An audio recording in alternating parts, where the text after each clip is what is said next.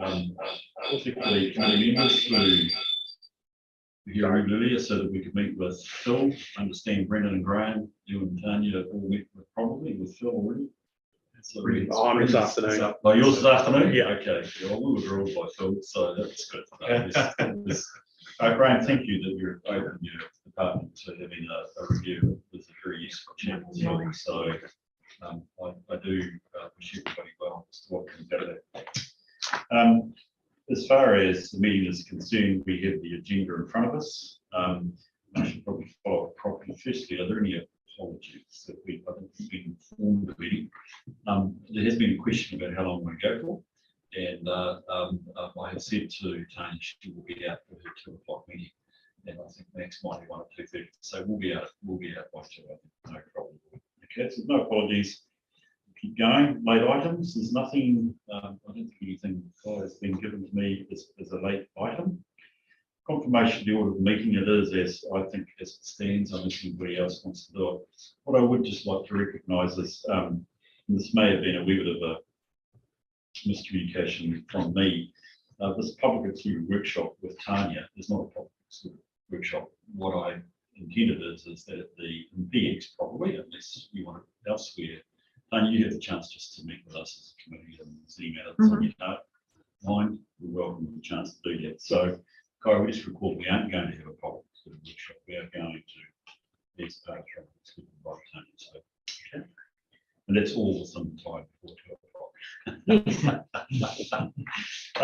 So look, perhaps I should just move that with that alteration, we confirm the order of the meeting. I'll move that over a second, please. Thanks, Max. Any discussion? I'll put the motion. All those in favour, please say aye. Those against? It's carried. Are there any matters on the agenda that people need to declare interests? Yeah, there is. No? Good. We can keep going. Can move to the minutes then, please, of the last meeting, 31 March. And thank you, you were in the chair, because as we were talking about with Phil, travel disruption got me that day. And despite best attempts, in fact, Dave was so worried, he kept texting me yesterday about 5 times, am I coming? Because he should get wind of the fact that there was a lot of these clean ones that they handled me for yesterday. And it was a question so that's good. Are there any matters with the agenda that you would like to raise? Corrections or items we should know? Through you, Chair, Yep. There's a erroneous paragraph that seems to have made its way into one of the reports on the agenda, and I'm just trying to remember which one it was. In the minutes statement. Oh, sorry, did you say minutes or reports on the agenda? No, the minutes. Oh, just the minutes. Oh, yeah, sorry. Minutes. Sorry, Ōtorohanga, which I'll know about, so that's no big drama. Sorry about that. Yeah, I just have a couple of quick ones.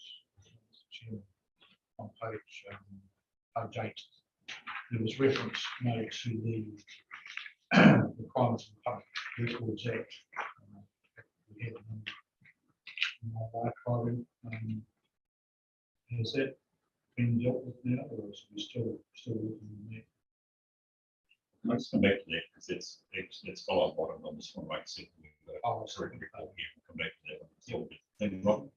Yes, I just have to look back to my other. I did make an apology for the last meeting, and it was a big call to contact you next, and it was all in relation to my daughter coming from London. No, it was resolved that the Risk and Insurance Committee received and accept the apology from Councillor. Page 6.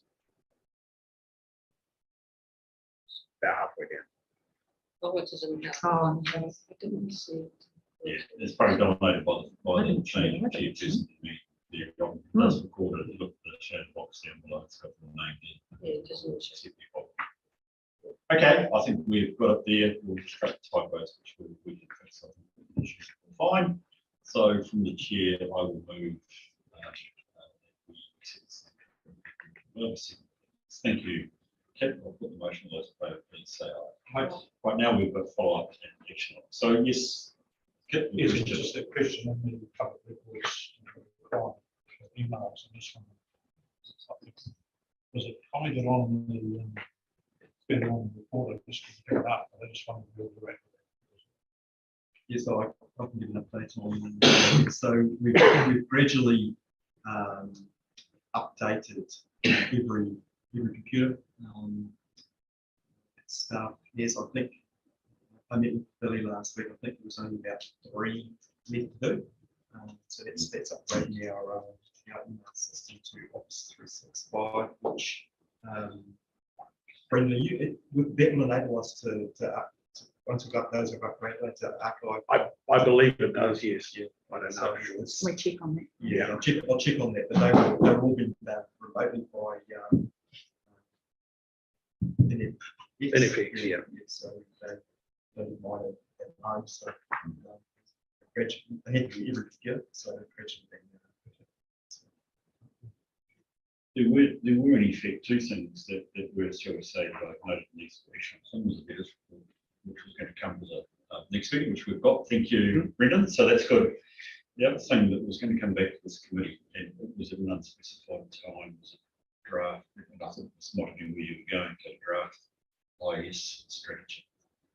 Can I ask where that's at? Is that an intention, a plan, or just something that we had in the minutes last time and said, okay, that look good, but I just want to know whether we've got any action there. Yeah, so I can probably answer that as well, Chair. So we have it at this stage, and so our building upgrade and other kind of more pressing IT issues have come to the fore, and it was a case, I think, of getting those ticked off and getting ourselves into a position before we embarked on that. But it's certainly on our to-do list, and we can probably get an update from Billy on when he's looking to embark on that.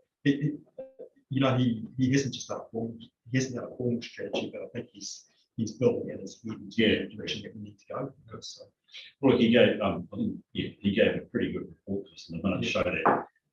And that was that page though that I just noted that once developed the draft strategy. So, Kai, can you just keep that as an open action item? And what I'd like to do is Graham, perhaps next meeting we might have the benefit of a date. That might happen. Okay. Appreciate that. I know there are lots of pressures, but I think we should just keep that going. They were the 2 matters. They were the 2 matters that I think were action items from the minutes. So we will move on. Can we move on to item 37, which is the fair value assessment of land and buildings, mate? Okay. I should say Brendan. Sorry, I'm too informal. In fact, I should really say Mr. O'Callaghan or something. No, I hope you don't mind. I'm happy with Brendan. I hope you folk call me Bruce, by the way, not the chair. Graham, I'm very happy to be known as Bruce. So Okay. Not a good way to have a meeting. Well, thank you very much. I'll take the report as read. I guess I'll just sort of summarize it. So, as you may recall, we're required each year to assess the fair value of our assets, or our particular asset classes that are revalued each year to make sure that they are a fair the value that we're carrying them at is a fair representation of what the actual value of those assets is. As I talk about later on the annual report update, we are revaluing roading this year, and we're also revaluing 3 waters, so they don't need to be fair value assessed because they're being revalued. So obviously a revaluation is going to be a fair value reflection. So the only assets classes that we had to do an assessment on was land and buildings. Graham and I discussed it when we first came up, and we were like, okay, let's have a think about how we're going to do this. Fortunately, QV emailed at roughly the same time and said, hey, do you want us to do a market movement assessment? And we said, yes, please, because it's a lot easier for them to do it than us. They have all the information that we probably necessarily wouldn't have access to. They've done that report, which is attached to the back of this report. They've come back with a range of where they believe the movement is. We've then assessed that. Graham and myself have talked about it. We believe that based on that report, buildings is fairly within the range, the 3.5 to 8.5 is a fair reflection. Where we're currently at is within that within a decent range for a fair value. Yeah, so our carrying value is pretty good. That range is not a huge movement. With the land, it's an 11.25 to 16.25% movement. So from previous years, anything over 10%, you want to have a bit of a further look at. So we've had a look at it. Being that it's just land, we've assessed it and we've decided that we don't think it's worth necessarily doing revaluation for a couple of reasons, which I've stated in the report. So one is obviously, I'm sure we've all seen in the media, land and buildings or real estate is in a very volatile state at the moment. It's on the decline. And also the other reason that we thought was there is no revaluing the land is only a balance sheet adjustment. So it just increases or decreases the land fixed asset balance and then increases or decreases the revaluation reserve for land on the other side in the equity part of the balance sheet. There's no ongoing profit and loss impact because land is not depreciated. So there's no costs associated with that profit and loss going forward. So if the value, if you wanted to say that the value was not a fair value that we're carrying it at, there's no ongoing profit and loss impacts of that. But given the volatility, given the fact that a lot of our land is restricted land, which while QB's gone through and said, it's 11.25 to 16.25, you look at some of that restricted land, a lot of that is not saleable. You can't really sell a cemetery, you can't really sell a park in reserves because most of those are covered by an act. You couldn't really sell the public toilets, that sort of stuff. So a lot of those, that range is probably, a lot of that would actually be even lower than probably that range. If that's an average range, what's probably driving that might be our 2 lots pension or 3 lots pension housing might be quite high and everything else is quite low. So to revalue everything because of these outliers seemed a bit over the top, I guess. There was also time consideration. So once we got this back from QV, I did ask them how long it would take to do a valuation of the land, just for information purposes. They said they need about a 6-week lead time to get it done. So we could do it, but it would be getting tight towards when the audit's happening. And obviously, if the committee just sort of believes that we should do it, then we will get it done, and that's not a problem. But yeah, there may be some pushback delays to the annual report as a result of getting that done.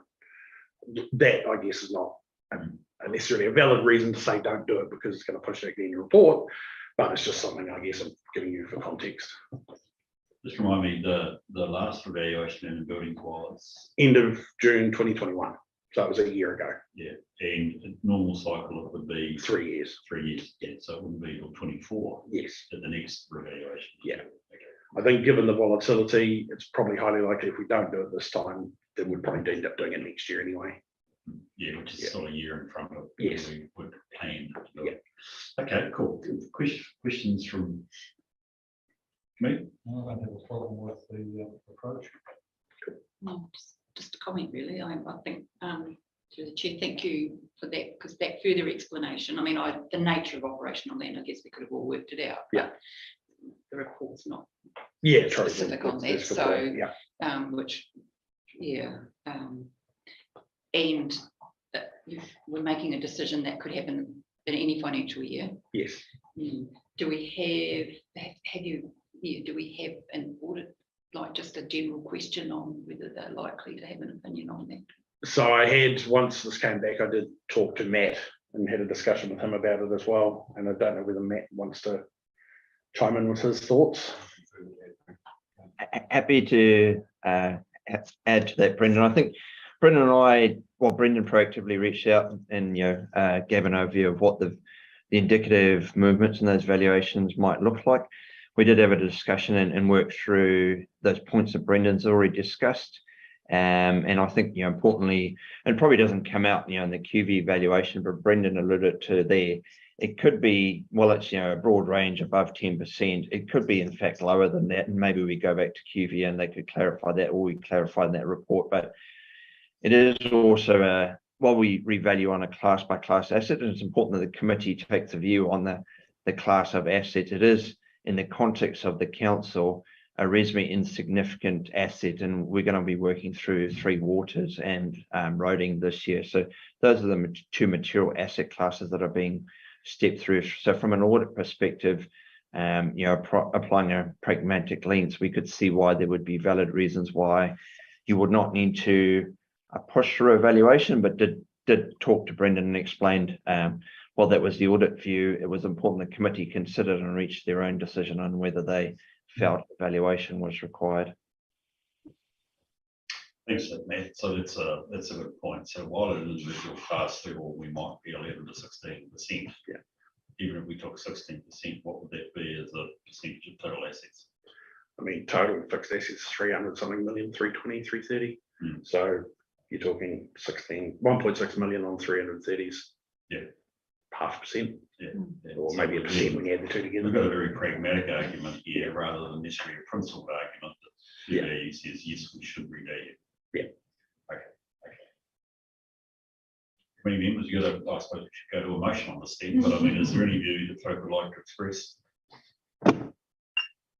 We've got comfort around it being a pragmatic solution. Let's just look at the resolution then, which is that we confirm the current carrying value represents fair value. I did struggle about how to word it. I would like us perhaps just to expand this resolution, just to reflect a wee bit of the discussion. Okay. Because I'm not certain that there's anything directly in the paper that gives some of the fullness of that conversation about the pragmatics. So thank you that you've focused on it, and Matt, thank you that you've focused on that. So look, I haven't quite, I'll try and do this on the fly. It's never a good way to necessarily make a resolution. So let's just see how we go. So to confirm the carrying, the current carrying value of operational land and buildings and restricted buildings, I think we should do this as a bullet point. We note the advice from QB on their assessment of fair valuation. So we've essentially, this information to be committed, we're noting that we've taken external advice. Second, we note a non-material movement of operation in restricted buildings. Thirdly, we note a possible significant movement in operational and restricted land. And then I think third or fourth might be the 27th point. I'm not quite certain which. Clive, you'll tell me which. The committee recognises the overall impact of any movement within the suggested range of land is not material to the overall balance sheet of District Council. And therefore resolves to accept that the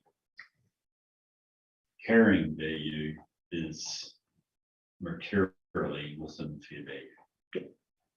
Okay, is that? I'm a bit of a techo here, but I think we just need to. That's a long resolution. I think I just want to make certain that we do record in the way that you've asked us to, Matt. I'm not going to say that we've had advice from Matt. What I'm wanting to reflect here is that we have given this consideration.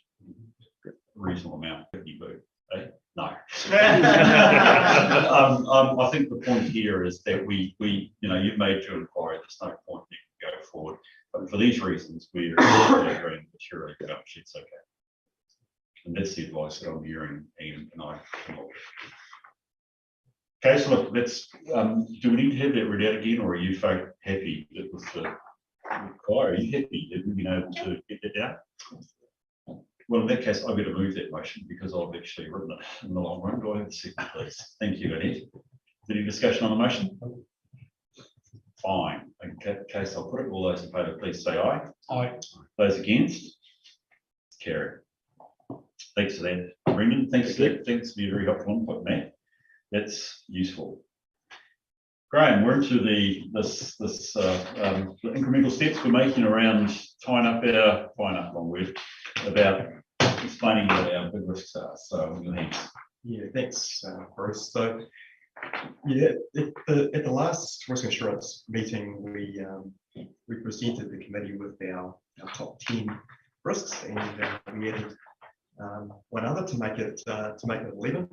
And what we've sort of, I guess, proposed to do was to do a deep dive on some or all of these risks over a period of time. But before we've embarked on that, we've put together a matrix around these risks, which has been compiled by our chief advisor, who's currently in Scotland.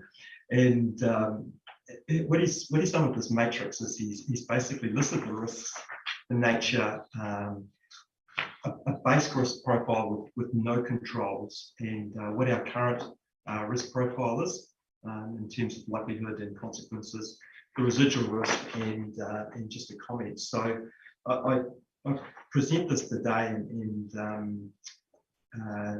Tanya's said that she would help me here as well. But this has gone before the leadership team. We've had a look. We've made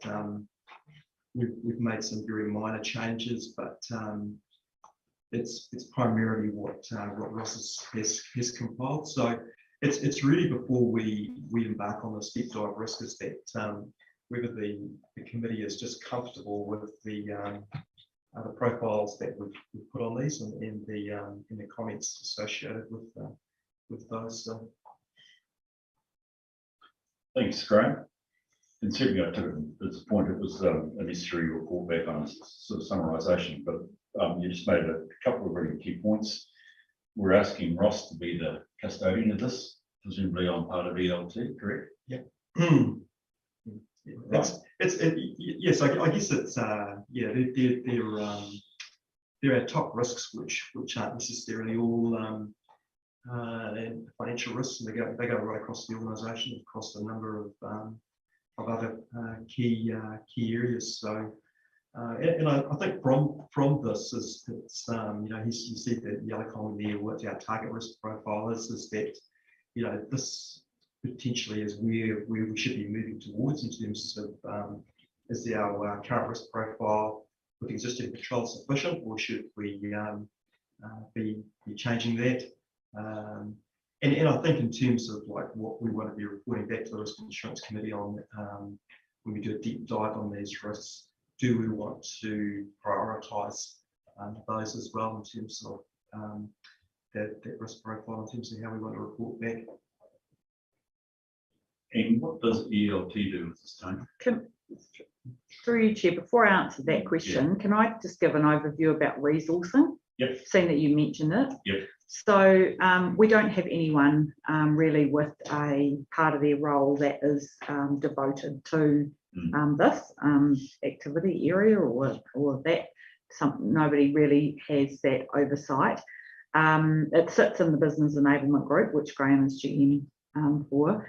Recent discussions with Ross have indicated that this is an area that he is interested in, that he knows quite a bit about, and that come October, when the building refurbishment is done, which he is managing that project, he will have some capacity freed up to be able to take this forward.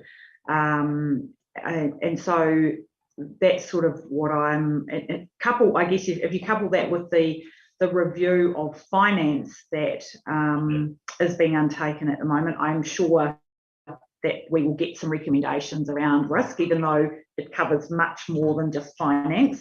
But we essentially have finance team members taking on responsibility for looking after this area, and I don't think that's sustainable into the future as well, because it's strategic across the organisation, as you can see by our top 11.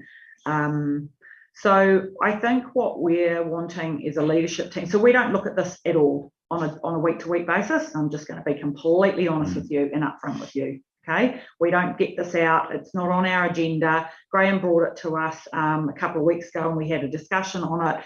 But we are yet to, I guess, implement some sort of framework without us getting bogged down into, you know, endless detail, that the leadership team, I guess, that we do our own deep dive on.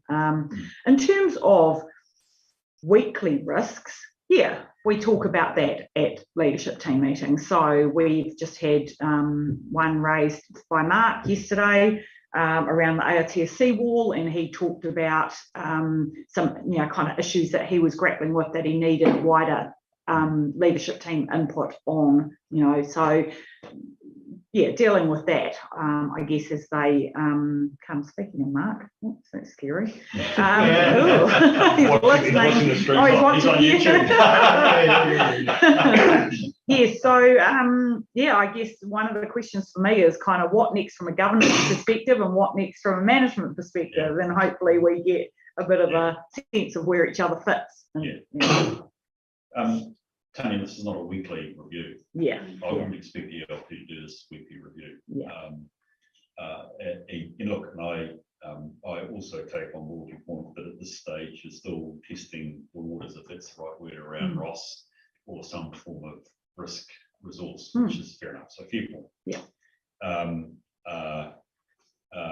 I would expect though that this would be something that would be considered probably monthly or 2 monthly by the ELP. Because if otherwise these aren't real risks. Yeah. Actually, you know, if these don't mean anything to you, if we don't actually have a risk owner, a name against those, they aren't real risks because they're not, you know, they're not preventing us from achieving our objectives. In which case there's no point for us to actually have to monitor them. Yeah. So I would anticipate ultimately as you're going through the enablement process, this then becomes the real issues. The thing for us as a committee is actually to gain comfort, and this will come through the deep dives, Graham, that actually we have the right level of work and resource to manage these risks to whatever our tolerance is for them. Yeah. And that's still yet to be determined. We'll can do that for deep dives. Thank you, Mr. Chairman. And so speaking of that, we did actually, with the last committee meeting, we did develop a plan that was going to have a subcommittee doing a degree of discovery around a deep dive framework. And we were going to debt, borrow and steal. We did actually had, I thought the top 5, we did put a sort of a measure that, which was, and those are the ones that are at the top. The cyber, staff capability, program delivery, sector reform, health and safety, and the finance was the 11th one that was put in there. So I wonder if we could revisit that on a more formal basis, that subcommittee, which was the chair and the vice chair, Graham's position, Ross's position, and the chief executive, and make a plan to get that underway so that we're not landing it on you and then getting an expectation from the senior leadership team when we actually, we had a step sort of organised to do something before that. Thanks, Sammy. I think you're quite right. And I think with the deep dives, what we want to do is, that subcommittee, deep dives could, and it's sort of preparatory in some sense, Graham. We don't understand what are the controls that we have in place. This committee has to do its own work, which is actually have identified for what are the controls and actually are they adequate? What else could we do? What would be the price of doing that? Why would we do it? Because that's coming back to the fact that we've got the right ones. And I mean, I'm open, Graham, that we don't have the right risks here necessarily. I'm very happy to accept these as they're almost sector proof. If I can call it that. But if there is, as we start to get onto this bandwagon of looking at risk, we might find that Ōtorohanga, but I don't want to pick on one. Obviously one there, which we still got very high, is that we're recognising if through water reform goes, probably the consent renewal and what have you won't be our concern. It'll be our ratepayers or our constituents' funding concern, but it won't be directly our concern, obviously. So that'll disappear. So I think you know, I'm comfortable as an evolution to happen, but that would be the next thing that I'd be very keen to know is we are, I know this sounds slightly sneaking, we are taking on advice at this stage that we have the controls that drop you know, a particular risk from its base level to a current risk level. And ultimately the committee needs to do its own work over time that actually is comfortable, A, that those controls exist, and B, that they're adequate or sufficient. The one that we do have good optics in this time around, and we'll get to, is actually health and safety. A good report. That gives me a sense of the controls there, Tanya, as to we were tracking on that, which is good, and it's really good. But that's the sort of thing that ultimately we need to, with the relevant owner, go through in terms of all the risks. Yeah, through you, Chair. And I think the deep dive, and I'm thinking about cyber attacks. So, you know, we might think to ourselves, oh, okay, so we've got this kind of residual risk. Billy, what would it take for us to drop that down further? Yeah. Oh, it would take $1 million. Yeah. You know, or everyone having to log in 3 times every time their machine switched off, or something like that. And so it's that appetite, isn't it? It's you know, around what you were saying. So I think what the health and safety and wellbeing report, they talked about that in to some extent. You know, we're here and we're aiming to be here, and it's going to take these things to sort of get us there. Yeah, I agree. And the other thing, Tanya, I stress here is the risk owner. Because I take on board, Graham, that the enablement group has general responsibility to maintain the system. But obviously, I shouldn't say obviously, but I presume it's obvious that some of the individual BLT members will be owners of these risks. And ultimately, when we do our deep dives, it'd be great to be able to meet not just with you, Graham, but also with the risk owner. So so it's a really good start. That's good incremental gain, and we need to push on. You suggested the way that we already made a decision on that one, so let's persevere with that. That's system. That's next steps. Is there anything, members, that you'd like to say, just looking at this now as a current sort of risk assessment that you get from at the moment? Anything that you'd like to raise? Through the chair, just keeping in mind, I suppose, with the direction that government is heading, would it be the ability to work collaboratively with you? Yes. Well, that was a massive theme, wasn't it? The principal thing, really, wasn't it? Yeah. So sorry, I didn't hear what you said. Oh, sorry, I just wondering if a risk now, taking in mind what the clear message was at the conference, that our inability to work collaboratively with iwi could be seen as a primary risk. Yes, or a failure to. Yes, could be a real risk. Yeah. I think that's true. I don't know if we're going to make number 12 here. I think it's just raising the point. But look, let's keep this live. We know this is the start. What could I make a suggestion? Because I think without it being too shorthand, was it Stuart, me and Tanya that were here? It was a conference. Yeah. I mean, I think it's. Didn't know you'd noticed. I said hi as well. This is a big thing, isn't it? And I just wonder whether under sector reform again, so we don't lose that thinking, whether we should note in the comment column, you know, there are stakeholder relationships becomes really important. I don't want to necessarily just suggest I should say iwi and stakeholders relationships are really important. And I wonder whether we should just at least capture that here under the comment section, Kai, just so that we don't lose sight of that when we move into that.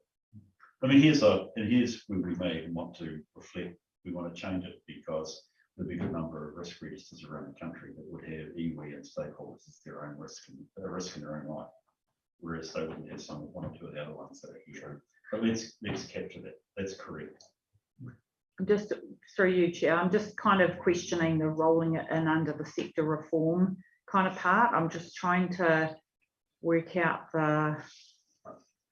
the link, because I wonder if there isn't a broader risk around, and it's not iwi, but it's civic unrest. It's, you know, I mean, I went and saw the movie Fina the other night and the land march, you know, and I'm kind of looking at people, you know, the movement in communities around authority, around bureaucracy, around you know, what they perceive as government organisations, whether we associate with that or not. And yeah, we've seen how personal that can get. You know, we've seen that you know, there's been change to the election legislation to actually prevent some of that from happening.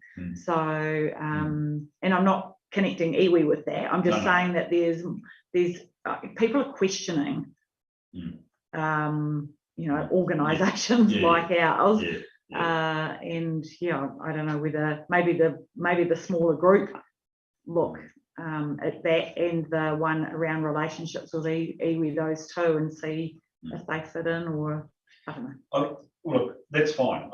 Perhaps I was trying to think, have we just discovered a new risk? Yeah. What I'm trying to say. And now we can't call it top 10 anymore. The reason that I put it as sector reform is that it's clear, you know, well, some of the resistance, you know, comes under what is our understanding of co-governance. And, you know, there was a lot of discussion about that at conference. The Resource Management Act clearly has relationships, external relationships, and in this case, you know, between local authorities, with the idea of the regional plan being the dominant, you know, and sorry, the regional planning committees, whatever it is, they will become part of our infrastructure. That's why I sort of lumped it there. Perhaps the key thing is we just don't want to lose sight of this. And I hear your point that it's got to be done by the sort of subcommittee. So I don't want it to. I just don't want us to lose your very good point, Max. That and your point, Tanya, that actually there's a flavour in here that we're missing, which is those relationships. Any other comment people like to make? This was the third comment box from the bottom, page 21, where it talks about three waters. That to me reads like it's a done deal. So I'm just wondering whether the last sentence or paragraph in the box below should come up into there as well. Sorry, the one below. Well, the second advocacy. And the uncertainty that remains around the 2023 elections is national and active, talking about repealing. You know, so is that a risk that we need to consider or not? Okay, let's not get into the politics of this. Let's just try and think through what are the real issues that we have to face here. So at the moment, the Water Services Industry Bill is due to have its passage to enable reform to be confirmed before the elections. Okay. And we can argue what's the politics behind it, but it's not what I'm here for today. One of the real challenges for us is how should we be managing our three waters assets in this transitional period? Right. Okay. And I'm just wondering, looking Tanya or Graham, what is our approach? Are we were trucking on at this stage, presumably, as if things were still ours and normal? I don't know. Yeah, through I guess the comments in that far right column, and then I look back at the left column, this is around consent renewals. So the risk is around consent requirements, etc. And so then the commentary is around three waters. I mean, we could soften that wording and say three water reforms proposing that the new, you know, but the risk that we're talking about is actually around the consent renewals in this case. And then that next one is around sector reform, which has the whole risk around a new government coming in and different change. So yeah, I just wonder. Good point. If, they're two separate things. So when I say business, what's normally happening? Do we have consent renewals coming up in the next 18 months? Yes, we are actively engaging with iwi now on several consents. So we need to manage those. And I guess, you know, where the approach that we've taken in our long-term plan is that we will still have the same constituents turning the taps on and flushing the toilets at the end of this, however it ends, as what we've got now. Especially if it's repealed, then what do we don't invest, and then we're left with a shabby bunch of infrastructure. So you know, we're kind of boxing on, I guess, thinking that it's a good thing to put our district in the best possible place as we can, while still being prudent and all those other things that that we need to be. So that's what we're doing. So I think that's a good comment to capture here, Tanya, which is that we are continuing with our Three Waters programs at this stage. I mean, it's a challenge. I better make it, because it was done in peaks, better say it was just another council. We've had to make decisions over resource consent renewals that happen next year, and schemes which could cost us millions of dollars. Knowing that under the Water Services Bill, there is actually a right of veto by the NTU. With decisions we make between now and 1 July 24 could be vetoed. So following transition, whose responsibility is it to get consents? Oh, it'll be with the Water Services. Yeah. But I think the point you're making, and I think this is the right position, is that we have to still keep working at what we know is in front of us until it gets picked up by somebody else, when and if that occurs. So I think that's just to capture that comment, Kyla, that we're continuing with this as VAU. This is actually a really important point. It's part of our risk mitigation strategy over the matters that are external to us, because these are government reforms, and as you quite rightly put it out, if all of a sudden we have a change of government, we might find that we've still got so that's good. Okay, thank you. Anything else people like to raise? Just to say thank you to who produced the chart. I think it's, as you say, it's a good start. So we'll work on to that. So thanks to those involved. I just wanted, perhaps from my side, I just wanted to reflect on you naturally look at the ones growing that are very high. And we had a report from Mark, wasn't it, last time, that's the program. I notice obviously inflation costs and what have you very much residually very high risk, which is fair enough. How are we finding it at this stage? I mean, we've done the annual plan, probably been a good challenge. How are we finding the management of cost inflation? I mean, there's probably a number of contracts are going out now, so they're not necessarily in place. So I guess we haven't hit that yet. The last big contract we did put out was the joint one that we did with Waipa, which obviously we actually benefited from that, from the new scale there. So that's actually helped us. So I don't know how big of an impact it's having at this point. Probably by the next meeting, we'll definitely have all those contracts have been tendered and tender responses. There are some out now for tender, but obviously we don't know what's coming out of those. So yeah, it's a bit difficult to say at this point. How does that work into our budgetary cycle? I mean, if all of a sudden we're facing the capital program, but actually it's equally applicable to our OpEx, our major contracts. How nimble are we at working out what forecasting what our year position is? How much that relates to our financial strategy and whether we're on track or not? I mean, in terms of forecasting during the year, there's probably not a lot of that actually happening at this point. Right. It is something that I'm wanting to get in place, but there's been other priorities. Yeah. Once this finance review is done and we've got that out of the way, hopefully we'll potentially have some resourcing that can help staff members do their own forecasting. We've obviously had a bit of change in staff as well. Some of those that probably would have been doing that have left and been replacing at this point. So yeah, forecasting going forward is a bit of an issue. I know, I don't want to speak for Mark, but I know Helen and I have talked about it previously.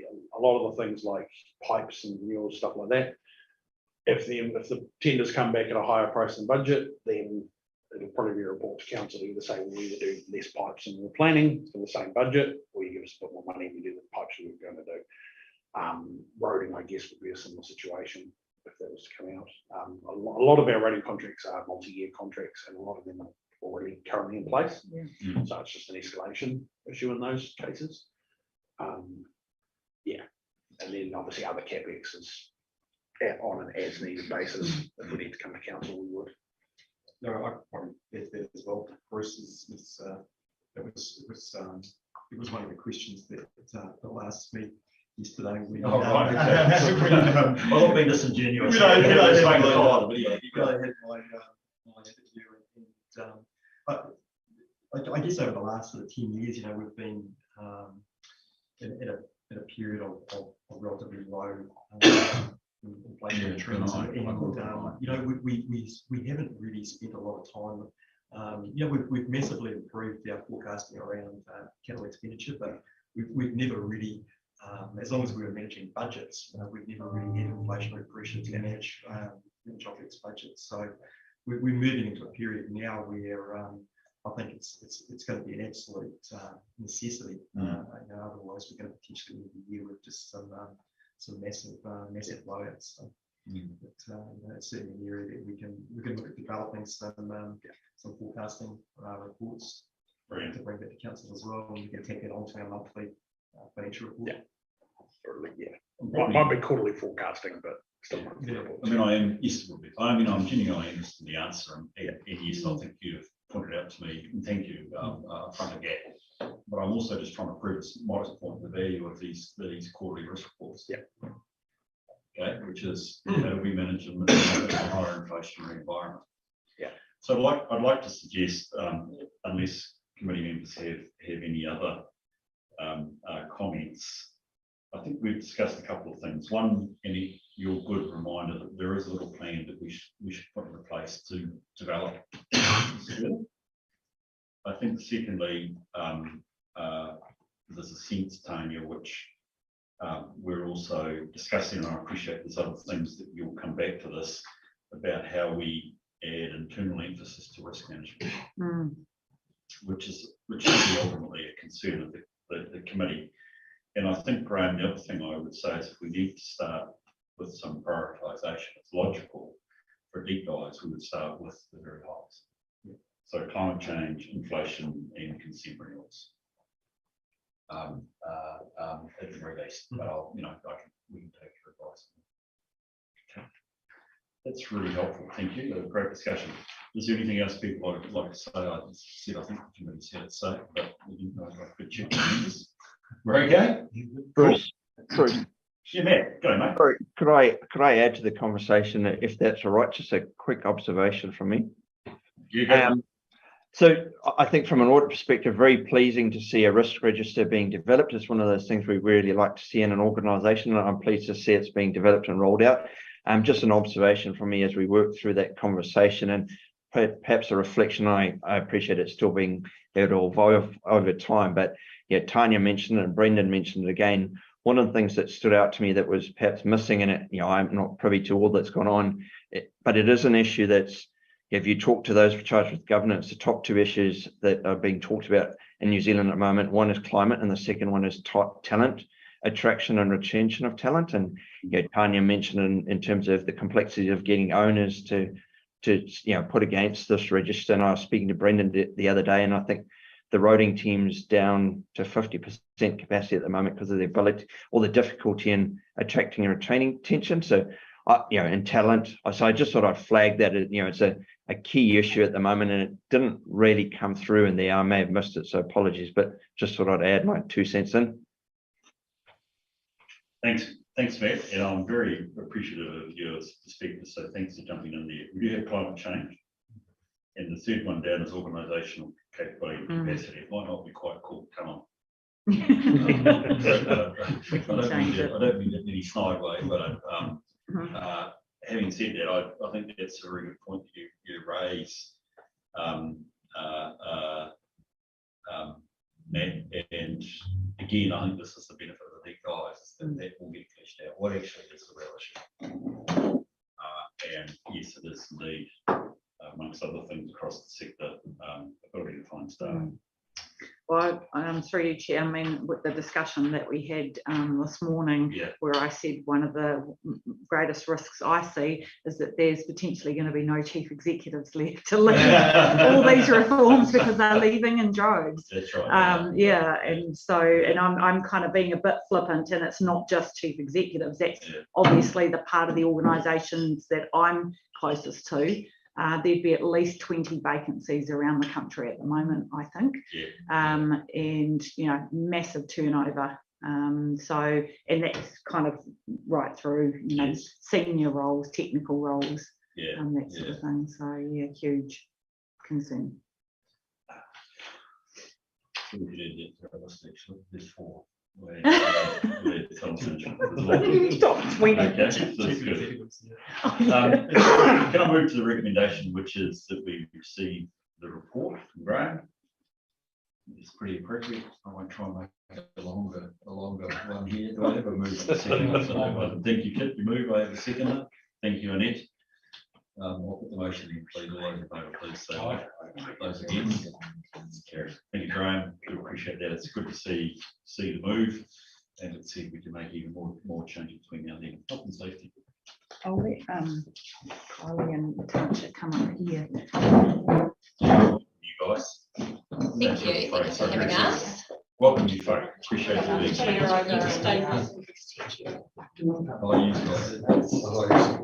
use all the time. It's business. It's the most respectful of it. Hi, you guys. Good. Oh, Good you morning. can try and rock the mud down the end of the stove. I apologise for that. That's fine.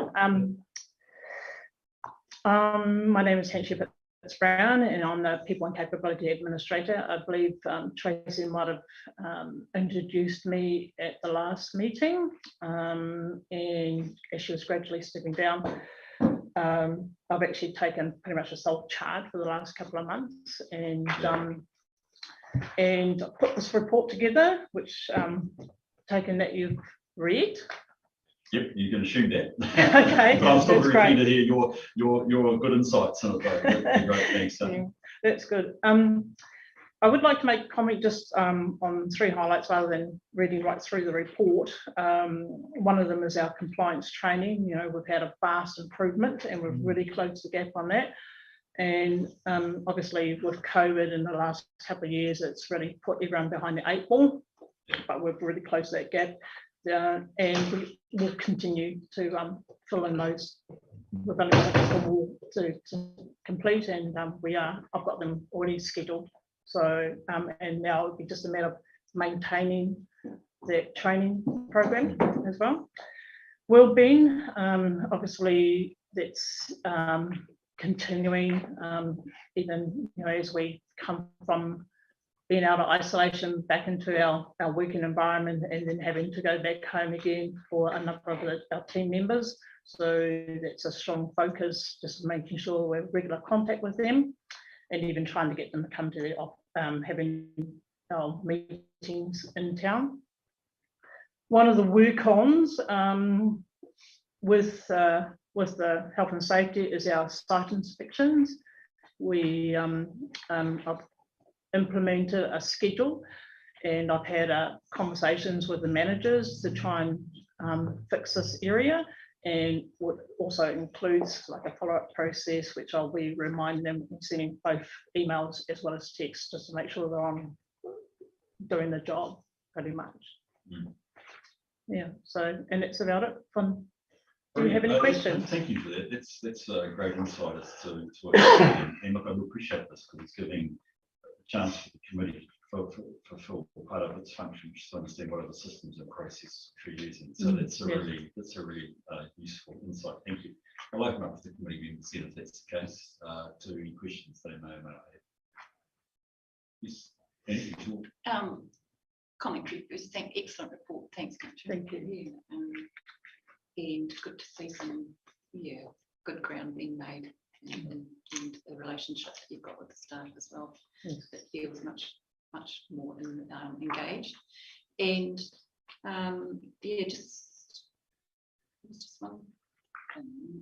But I mean, in the graph, in the health and Yes. safety events recorded by month, and I know we're not talking about very big figures here because I'm still working on that, but it just sort of, I just happened to notice the January one was a little bit higher, and we talked and it might have just been because it's a function of the time that we're in.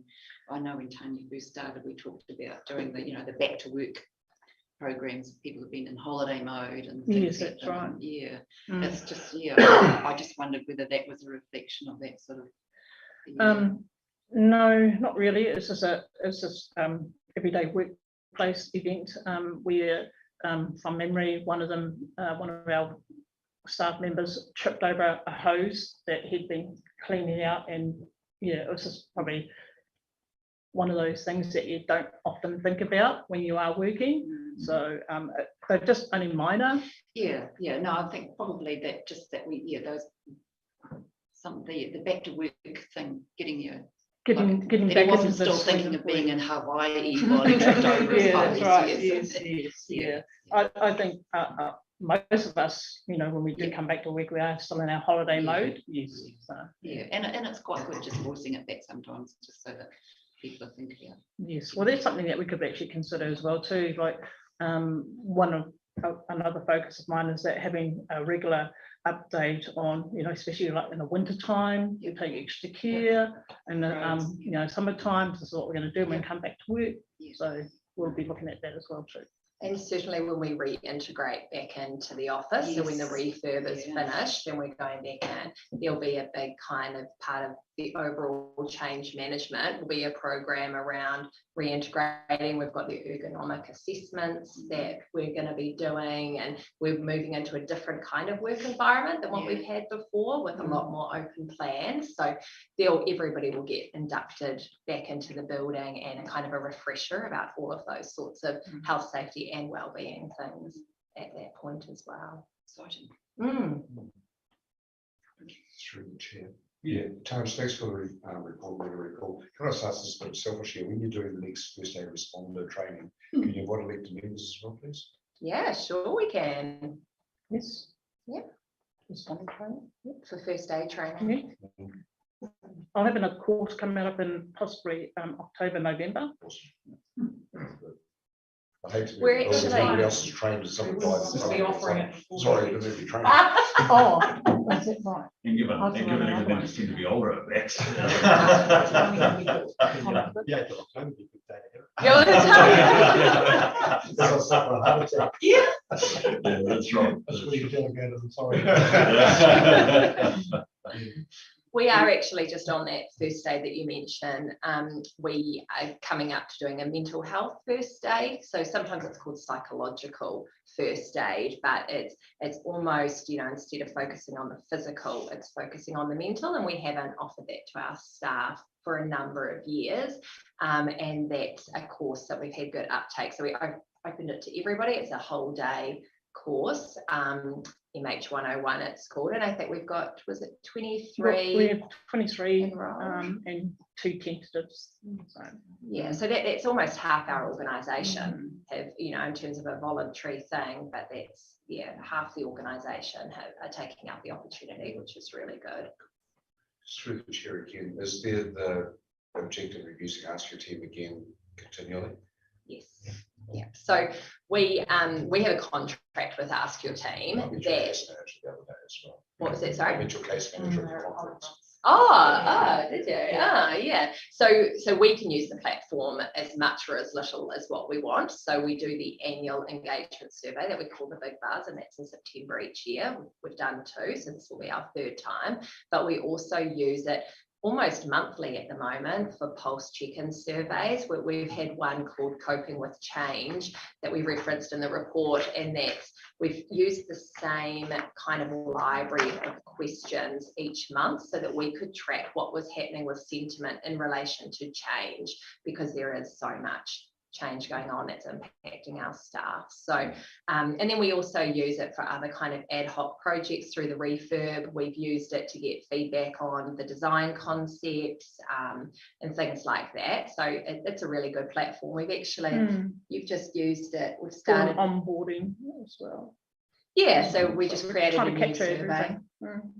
to find out for our newer employees how was that process of induction and onboarding for them to integrate into the organisation, and it gives us some really good feedback to look at what we could be doing better to get people kind of up to speed quicker than if the induction wasn't well managed.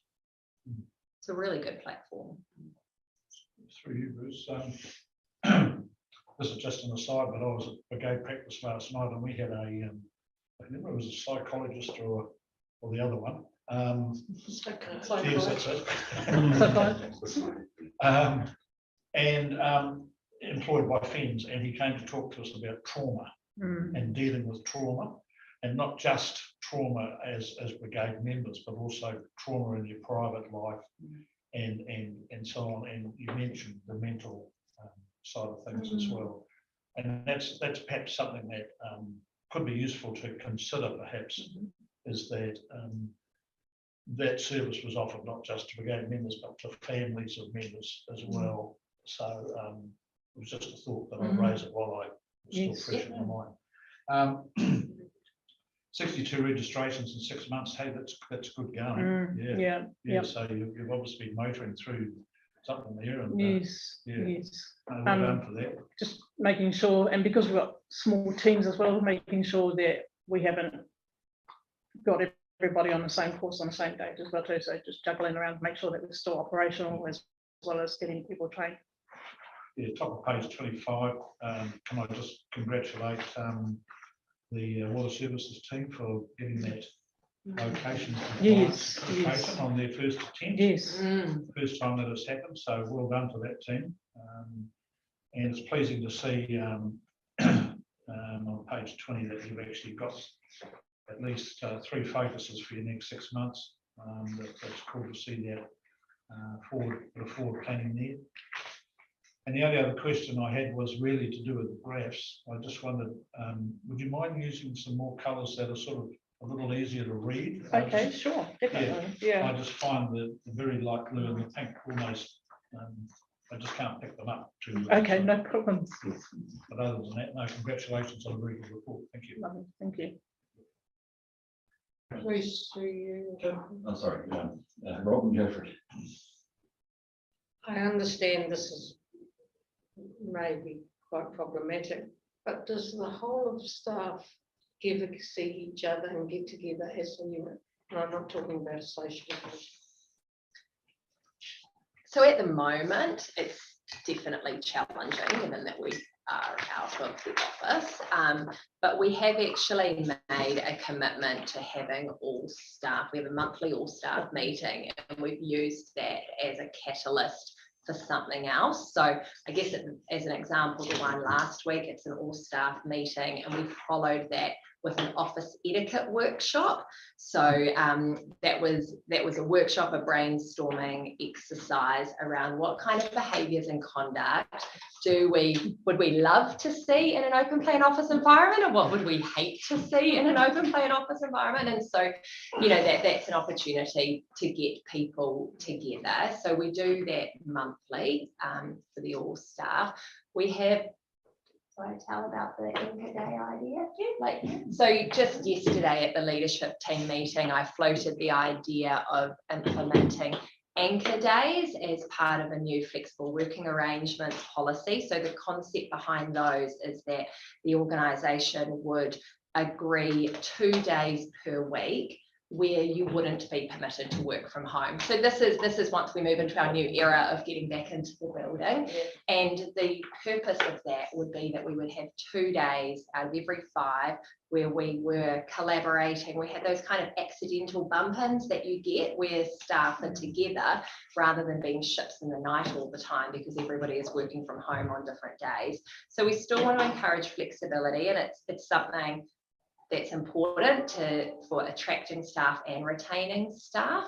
But I guess I've just proposed to the leadership team that we have some parameters around it so that we can keep the collegiality that comes from being physically in the same place at the same time. And I do hope that that will kind of address that potential that we have people, staff who literally never ever see each other. That's right. So there's an identity Yes. a culture. That's how you build a culture. Like you have to be interacting to be able to build the culture. So it definitely is challenging at the moment. I think we're doing what we can to have these opportunities to come together. With the Navigating Change workshop that's coming up in August, is again a full staff come together opportunity as well. But in these times, without having the building as our kind of base, we've got to work a bit harder to come together.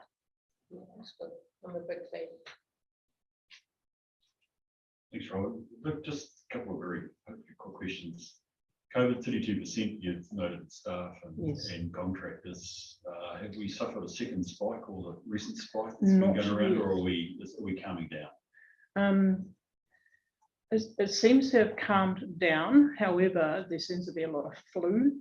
Yes. A lot of staff off with flu, Yeah. so which seems to be going through everybody at the moment. It's hard to tell. We've had a staff notify us that their daughter has, a household contact that had COVID, and I think it may even be the second time round for them, but I can't confirm that. Right. It hasn't threatened delivery of services at this stage. Not at this No, stage. that's great. That's probably through hard work of staff covering whatever you said. I just noticed that you've got essentially, I think, a new health, safety and wellbeing study. Is that right? You've Yes, that's reached right. it? That And sounds positive. extremely positive. Yeah. It's very exciting. Good. My final question was you said the event or incident reporting continues to be extremely light Yes. for our organisation.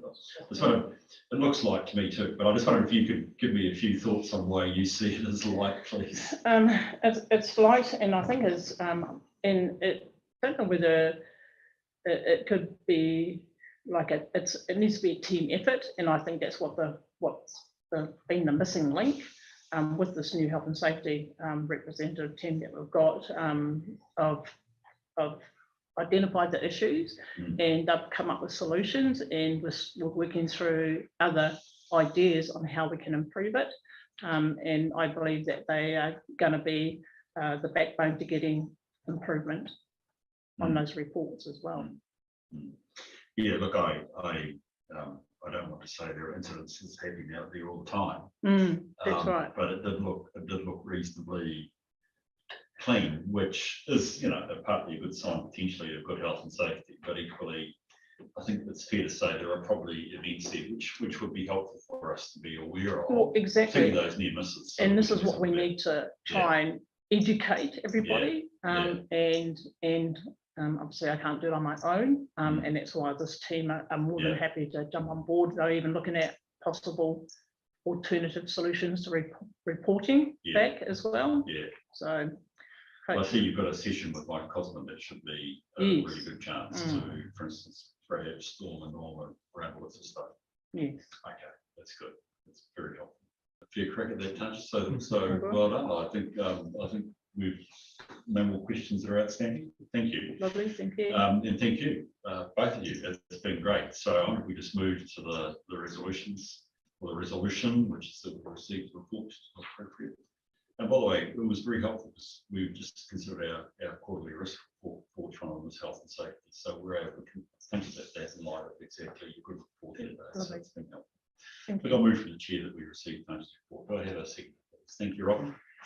I'll put the motion. All those in favour, please say aye. Aye. Those against? It's carried. Thank you. Appreciate that. Thank you, guys. Lovely, thank you. Right, payroll scope and audit, just to keep the pace on. I'll promise smart delivery. So, Graham, we're probably in your hands on some of these. Yeah, thanks. So, just sort of taking the executive summary of this. So, we identified financial loss internal. This one of our top risks. So, payroll is. I'm sorry, I'm trying to control. It's I was getting an introduction there. Very longer answer. So we've often discussed the risks around payroll and how high a profile payroll is, and in terms of when we get it wrong, when there's mistakes that are made, it's often a very delicate conversation with a staff member where they've been overpaid or their leave's been calculated incorrectly, and so it was timely to look at a full review of payroll. We looked at, Tanya spoke to a number of potential consultants that could carry out the work, and the KPMG, who are our internal auditors for the LAS, we're probably best positioned to be able to do this, and they've done payroll audits for a number of councils around the country. So I've had an initial discussion with them around the potential scope of the work, and the only change we made from that was to do a further analysis around holiday pay, and probably making a rock around back here, making it actually deeper. But I saw that as potentially the highest risk, and particularly in terms of what happened in Christchurch City with their which obviously a much bigger staff, but it turned out to be quite a substantial amount of money that they had to pay back. So the review or the scope of work is largely around legislative compliance, to make sure that in terms of payroll and the Holidays Act, that we comply with the relevant legislation. I guess in terms of where our current payroll system is, that we're largely reliant on Magic, who are our software provider, by making sure that they have the correct information on there in terms of taxation, and that holiday pay is calculated correctly. So and usually in the case of like salaried staff, that works well, but often when you have wages staff or part-time staff, then a sort of a system that's providing a back-end calculation, you need to constantly check that that's actually calculating correctly. So so what I'm seeking from the committee at this stage is that they're happy with this scope of work, that it's sufficient to give us the assurance that our payroll system is working efficiently, and that people are being paid correctly. Excuse me, just a moment, I'll be right back. That's fine. Do we have any points, questions people would like to raise? So looking at this, Graham, it's largely systems based rather than necessarily accuracy over things like our PAY deductions and what have you, correct? Yes. Yeah. So it's more systems based. If there was an absence of controls, they might have to do some more work to understand it's actually significant. Yeah, and I think that it's said that in their objectives there is that design effectiveness. And if they thought that there was reason to dive deeper, then they would need to do that. I would be keen to make certain that they well, two things. One, obviously, if they work in certain markets, because to go deeper costs more. And even but equally, I think we need to have we need to be aware. If that was to be the case, we'd have to consider it seriously, given it's dealing with payroll, which to me is pretty much no-brainer. Would be right. Yeah, as you see, it's not cheap. You know, particularly for a small staff that we have. And they have systems where they can basically just go in and they sample, but they'll also sort of look at some materiality there as well. So I'm comfortable with that. Any other questions, folks would like to raise? I don't know whether any points you want to raise, but is there anything else the committee would like to raise? So two things. One, principle that we do this review. Two, that actually the nature of the review is anticipated it's the right one. Fine. Let's move to the resolution, which is that we receive.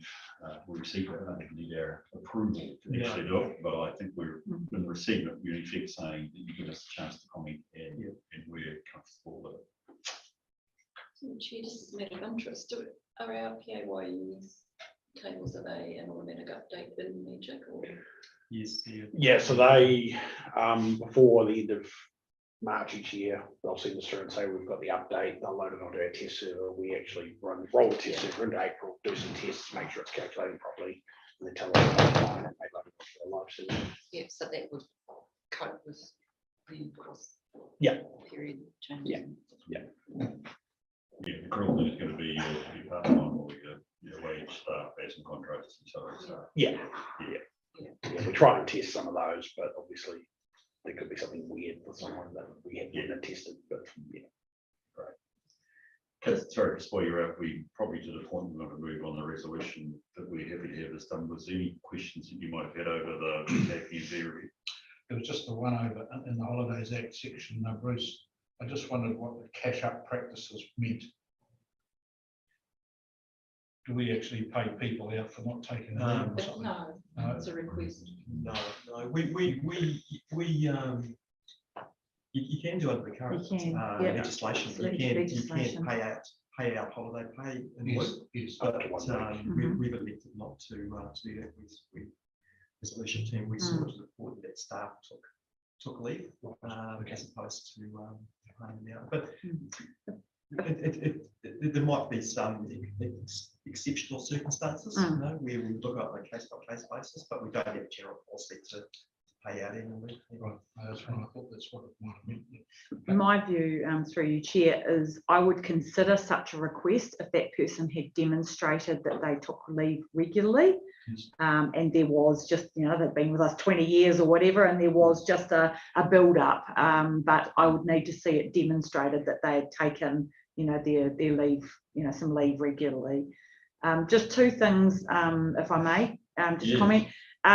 Talked to chief executives all around the country about this. Most are surprised that we're not doing it as a matter of course regularly. How do you sleep at night, Tanya? This is kind of normal. Why have you waited so long? So, if I thought I might be offending staff or, upset, they were like, no way, this is just absolutely normal. Where is it being funded from? The organisational development budget. So we've got a couple of reviews on the go and this one as well. So we'll just take it out of there. Right. Oh, okay. And thank you for saying that, because that was my first sort of view. I thought, well, we need to do it. It's like a no-brainer. But I appreciate that sort of flavour to it. So it gets me back to the recommendation, which is that we've received, obviously, in the middle of that, you've got a strong sense that we want it done, Graham. Yep. And well, assuming I pass the motion.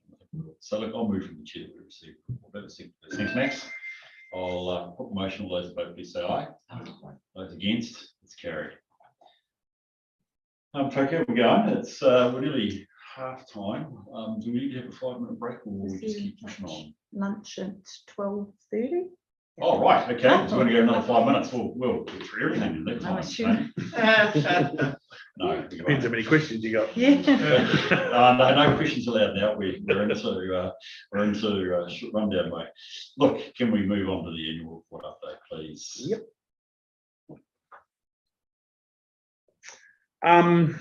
Yeah, so I will take the report as read, but I'll just, I guess, highlight what I've highlighted in the report. So yeah, a year-end rollover process was all done. Doesn't really impact on the annual report necessarily, because most of it's stuff in place for this year, but I just put it in there as little thing to let you know that, and probably more as a congratulations to my staff for doing just such a good job to get everything done in a day. We did have a few little hiccups, not necessarily related to the year-end processes, but other things that came up that they had to spend time on, so we still managed to get it done. So we walked out of the building about 5 minutes to 5, so it's pretty good. In terms of the audit process, so you had the interim audit visit last week of June. Yeah, it was actually the last week because the 30th was the last day I was up at Deloitte. Because of the fact we don't have a building down here, like I've said, I've actually been up in their offices for a couple of days or a day and a half in person, and then doing stuff by email. And they've got a Deloitte Connect, website they use to load documents and all that sort of stuff. So there's a lot of stuff done that way. For the final visit, which is in September, again, we probably still won't have a building, so I'll base myself for a few days or for a couple of for the 2 weeks. The audit, I'll probably spend a couple of days up there at least in their offices, make myself available to answer any questions as they go. It is a lot easier doing things face to face than by email. Zoom works, but obviously face to face is just better. Emails are a bit of a thing because they ask you some questions, you give them the answers back, but then that raises more questions, and you just get this big. So sitting there in person just makes it a lot easier from our point of view and from theirs. Fixed assets, so we've already covered the land and building fair value assessments, the roading and Three Waters stuff. So as I say there, Three Waters, Becca had their staff come down middle of June, I think it was. They spent 2 days here. The morning we went out to Kawhia, we had a look at the Kawhia water treatment plant. They took a whole heap of photos of that. And then that afternoon, Ricardo from the water team actually took us around most of the pump stations around town, the wastewater and stormwater ones, water ones, sorry. They wanted to visit about 7 sites. We ended up doing about 13 to 15 in the time they were here, so it worked out very well.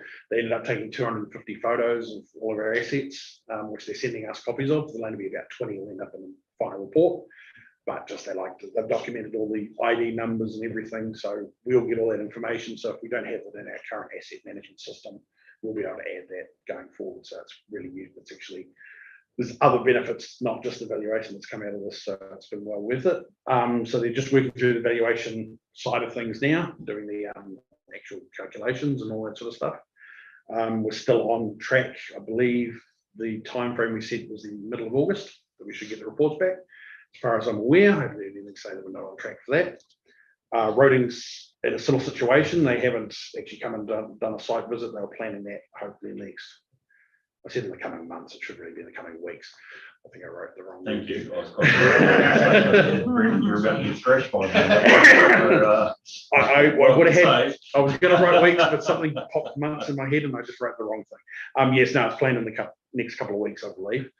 And then that calculation will just be done out of RAM, so they're planning on doing that as well.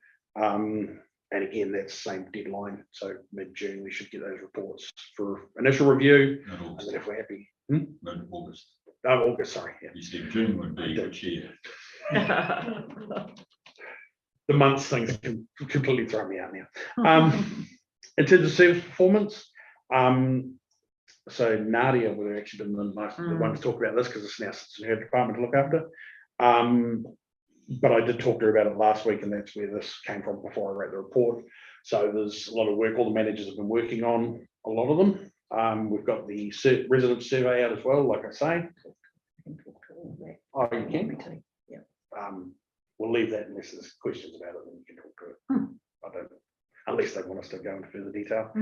And then I guess the last thing I put was just a bit of an update of what our profit and loss looks like as at the end of June. Roughly now, obviously there's still a lot of year-end processes still go through, a lot of accruals and all that sort of stuff, and we're still having invoices coming through to the end of June. But we're looking at a decent situation, so operating surplus of just under 4 million compared to a budget of 3 million. So yeah, we're in a nice situation to end the year in. I'm sure once some of those extra expenses come in, we might end up under, but we're not going to end up in a deficit sort of situation. Be very surprised if that was to happen. That sort of profit. So I guess that's the update. And then are there any Well, questions? two bits there on Tanya, please have your say, and Matt, I just wonder if there's anything you want to comment on at the end. Tanya, I Yep, understand so what you're yeah, gonna so say. just two things. So we've got the annual resident survey closed last week. So we had 34 replies and 93 to the library. The pensioner housing ones are still kind of coming in. We've had a few of those. We expect to get almost 100% there. 34 is not surprising. It's the first time we've done something like this. We can't make people do it. So we've decided to go with a more voluntary sort of system rather than paying 40 grand to have people sit on telephones and try and ring people.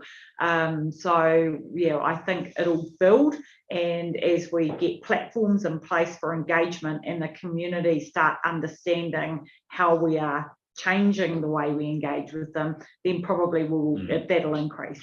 The second thing is we've just finalised the questions for our iwi KPI around our connection with iwi leaders across the rohi. So that will go out sometime this week. So there's a few questions in there that'll go out to them as well. So yeah. Good, no, thank you for that. Can I ask what language it's going out? It's going out in English. Mainly. Yeah. Can we get a copy of that?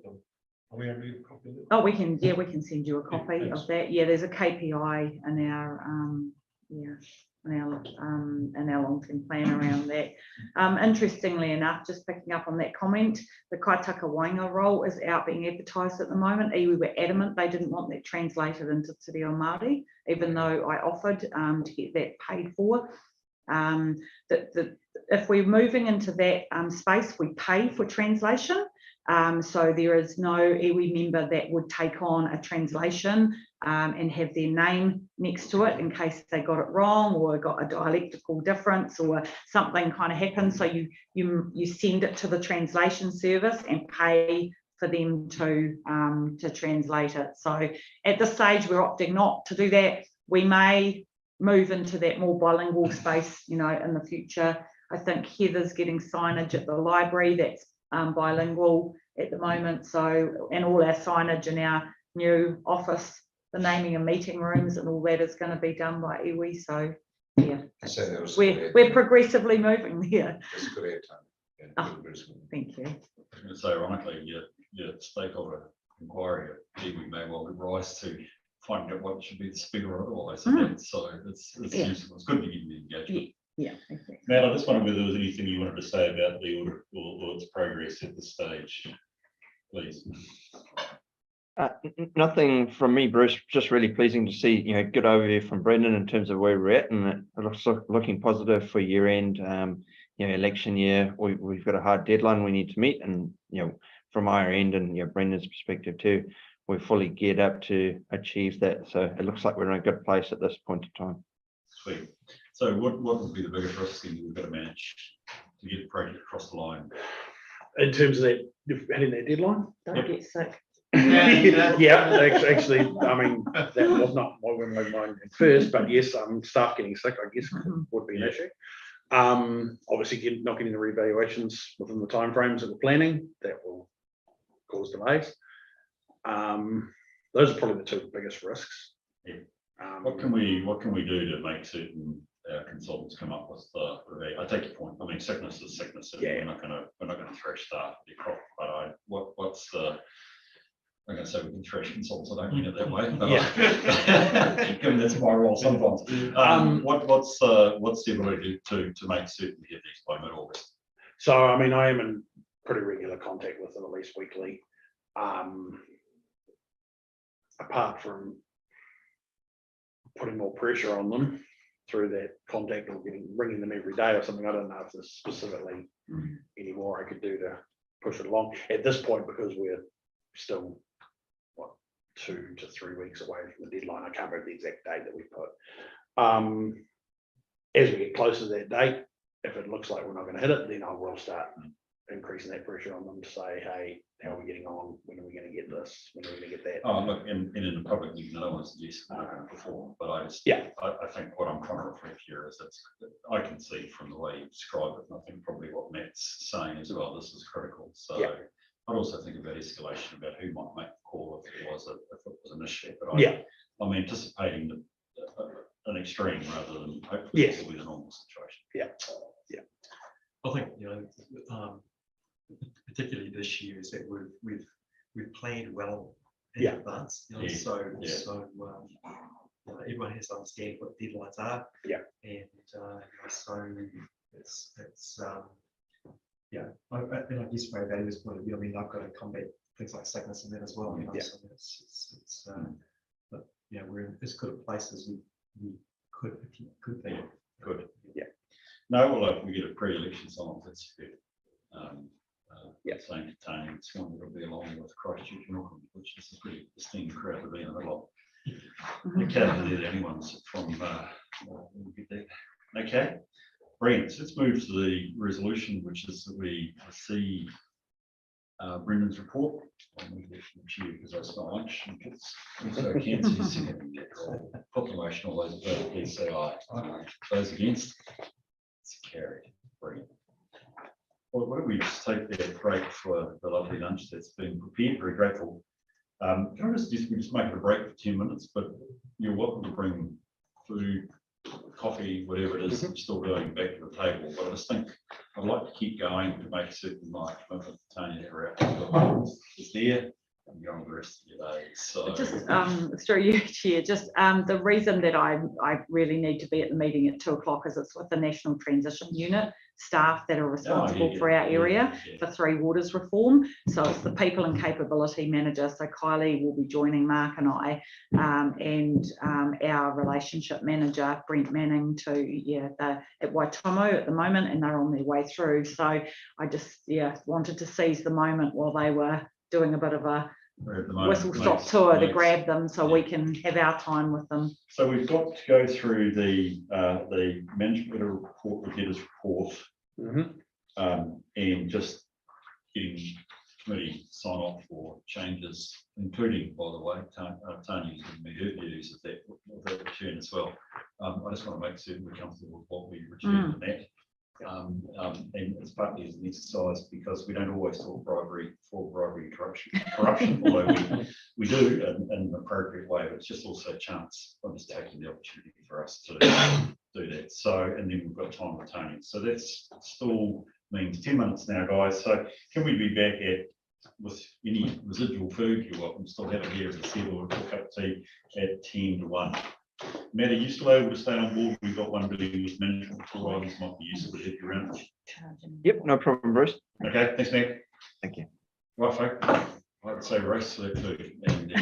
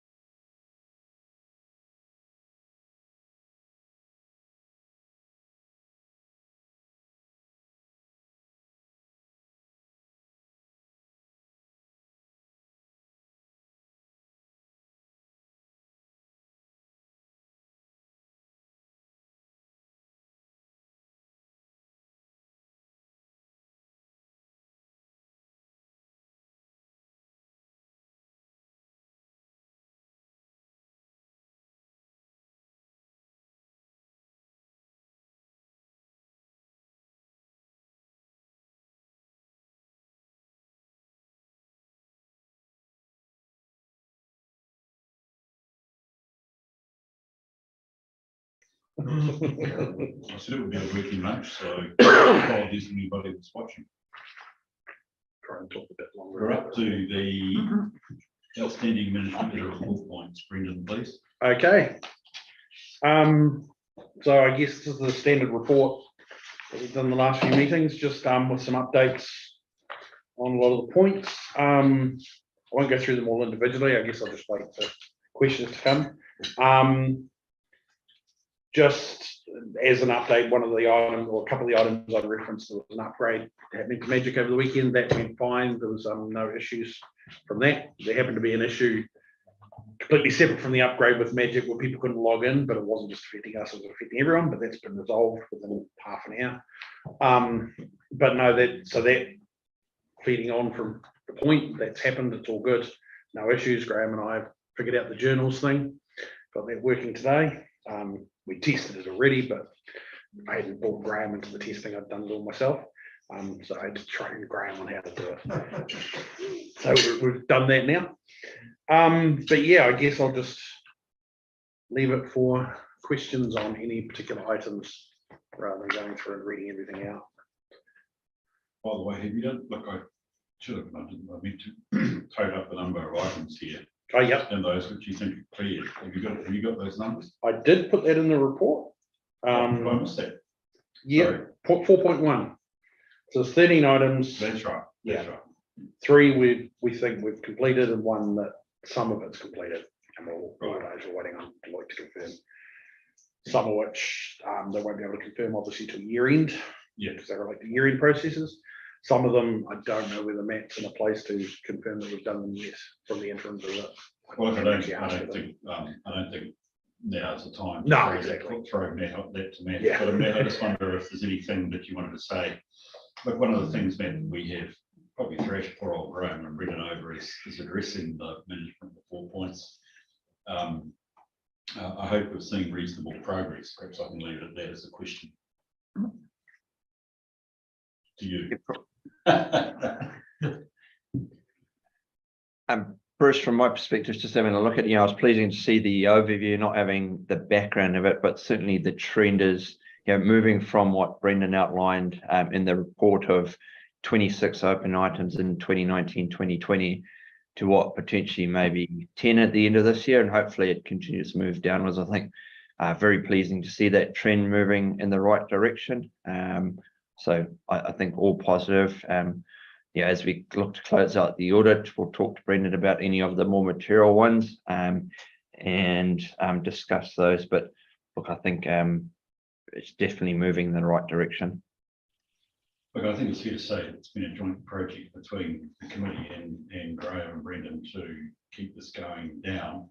So would be very keen in any sort of prioritisation or perspective that you might have from your perspective when you come to the audit. Other questions that folk would like to raise with Brendan?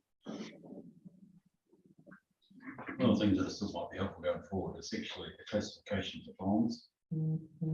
No good sense of whether it's a big issue or a small issue. Yeah. But it might be useful just to know what is the number of bonds. Yeah. In the total dollar value. Yep. Because at the stage we're looking at 3 or 4 bonds and they're only worth a few $100. Well, I get the point. Where's the role of effort that should be put to it? Equally, it could be a big number. Yeah.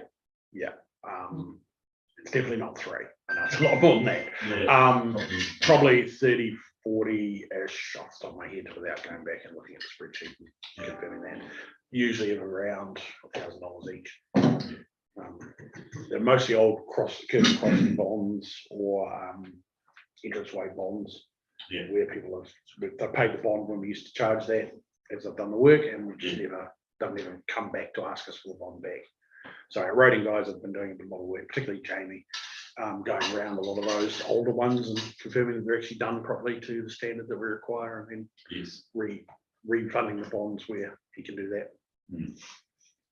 I know, sorry, one other thing I knew there was another action point, doubtful debt policy. Yes. Okay, meant to be coming our way. Yeah. When? So I won't say next meeting, because next meeting will hopefully just be annual report adoption, because we'll be in a Yeah. tight timeframe for the election. Probably the first meeting of the committee after the election Yeah. would You be put what that we'll on be the aiming for. report, please, and Yeah. get it at the table. Thank you. Yeah. Okay. Good. We'll get the debtors, so we'll work out whether Yep. we need one potentially or not. Yes. Yes, we need one, is the answer. Yeah. Okay, good. Are there any other questions folk would like to raise around the management report items at this stage? We okay? Brilliant.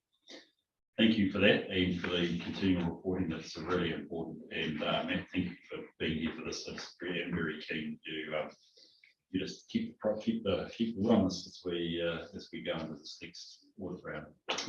So the resolution is that we receive Brendan's report. Go to the seconder and mover. Sorry, mover and seconder. Yeah. Thank you, Annette.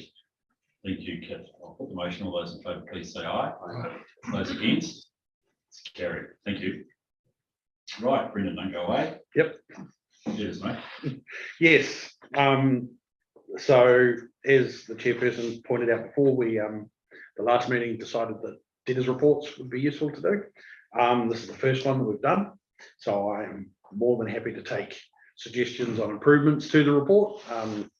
I did struggle to find some online that I could crib from as a basis, because most of them was public excluded because they go into further detail about actual debtors.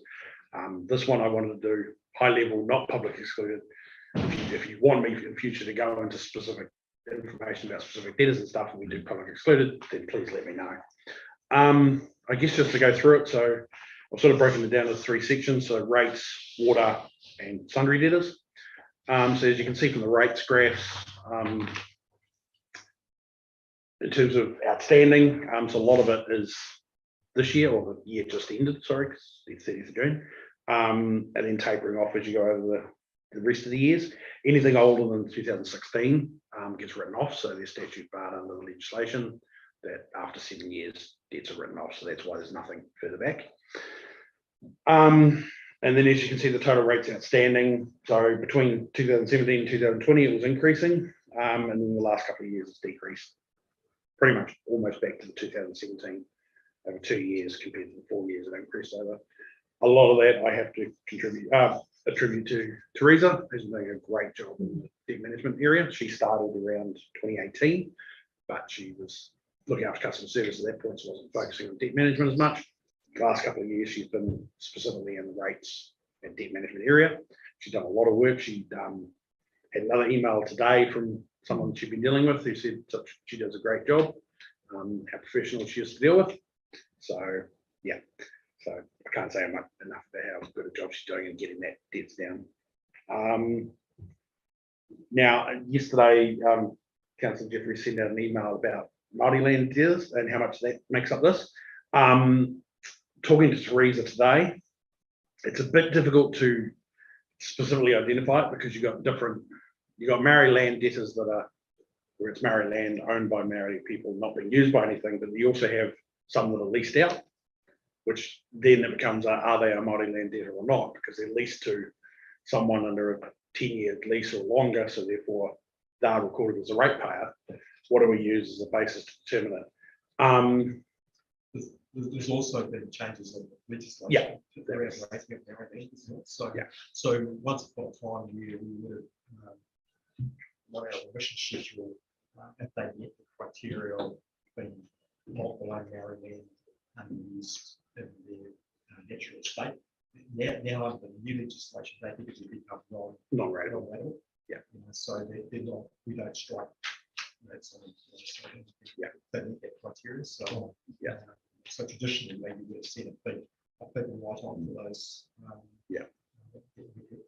So Yeah, so that has been another big focus of Teresa in the last 18 months. That legislation took effect 1 July 2021. So she's done a lot of work up to then and then some work after as well, because we didn't get everything. But between when the actual legislation was adopted and when it came into effect, we didn't have the resource and time to get it all done within that first year. So she's done a lot of work in this last 12 months as well, sorting that out. What we are going to do is we're doing some work on tidying up, identifying Māori land in our rate system. So hopefully by the next time we do one of these reports, we will be able to report on that. It's just at this point, particularly because it's 30th of June. If I looked at it now, we've rolled on the new rates for the year. So I'd have to reverse engineer to work out how much of the old balance was actually Māori land stuff. It's we didn't have the time basically to get that done for this meeting, but it is definitely something we will look at improving for the next meeting to be able to report that if that is what you want. Is there any aspect of our rates and remission policy we need to update in relation in terms of the new act over Maori land, particularly land that is under development? Yeah, so we are required to have a policy around that specifically. So we need it. We have it, or we will get it. You will get it. We'll need Yeah. to. Yeah.